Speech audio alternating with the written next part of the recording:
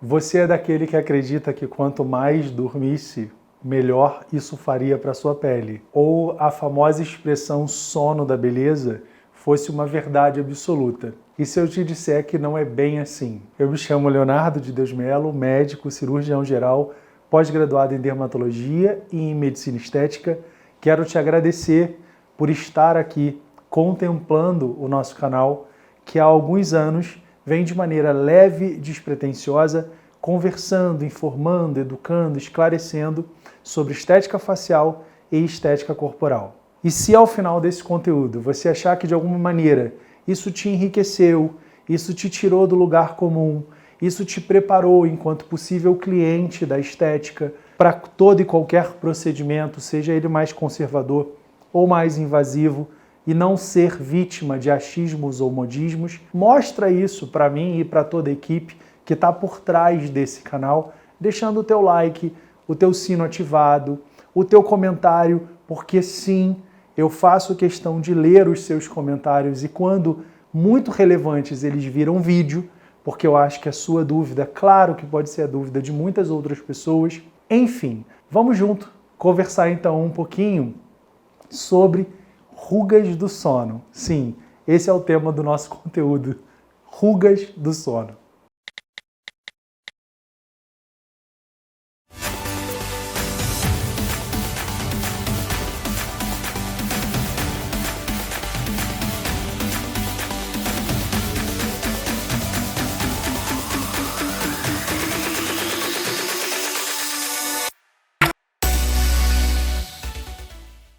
Bem, pessoal, infelizmente eu preciso de cara dizer para vocês que não é bem assim esse papo de que dormir é mega maravilhoso para beleza, porque a posição com a qual você dorme, portanto, os teus hábitos de posição ao longo das horas naquela mesma posição podem sim fraturar a tua pele, modificar a qualidade no que diz respeito à superfície cutânea e até mesmo ao longo dos anos modular graus diferentes de reabsorção óssea, de modo que a gente envelhecesse um pouco mais naquele lado que você se aconchega e por mais horas ali sim você se encontra estático ou estática dormindo.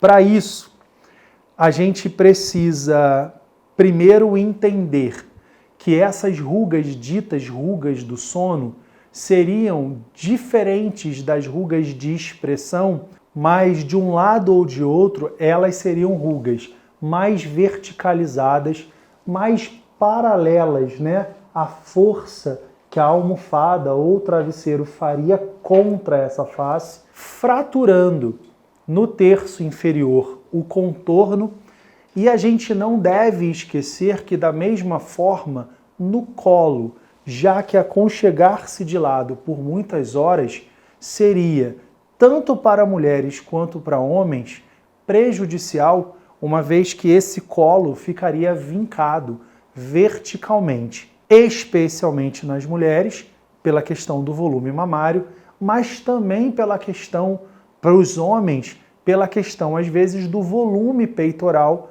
dada a condição de hipertrofia muscular que ele possivelmente venha a experimentar, se muito disciplinado aos hábitos, por exemplo, da musculação. O fato é que, sem dúvida alguma, ao falarmos das rugas do sono, melhor seria que nós falássemos sobre a sua prevenção. E isso passa por medidas que começam na sua casa ou na minha casa.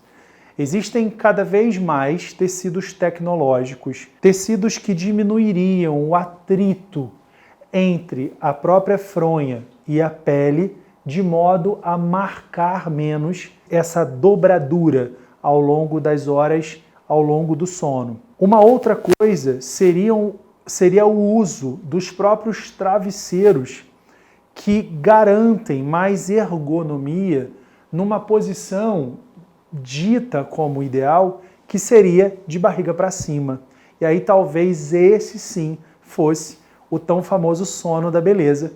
Primeiro porque do ponto de vista físico e gravitacional, nós estaríamos distribuindo, tanto para o lado direito quanto para o lado esquerdo, as mesmas forças gravitacionais, nos puxando, portanto, no sentido correto, né, da sustentação e do efeito lifting, digamos assim. Segundo, porque a gente não estaria impondo a este ou aquele lado a pressão daquela posição por tantas horas de estatismo. Mas, uma vez instaladas algumas dessas fraturas, e a gente sabe que esse termo ele é equivocado, a pele não quebra, mas a gente pega emprestado ele da ortopedia, porque ele se aplica de maneira, eu diria que até feliz sim, porque fica autoexplicativo.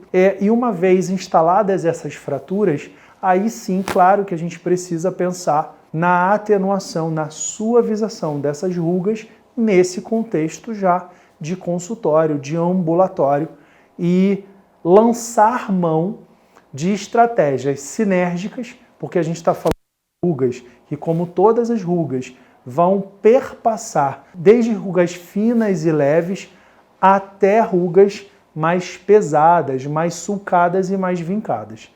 De modo que, na minha analogia boba, que para quem já é fiel escudeiro do canal sabe, eu sempre comparo a ruga, vendo ela de frente, a um rio, enquanto acidente geográfico. E aí, o que a dermatologia estética, o que a cosmetria, através das suas inúmeras abordagens, vai basicamente tentar fazer é ou aterrar o rio ou desgastar as margens do rio.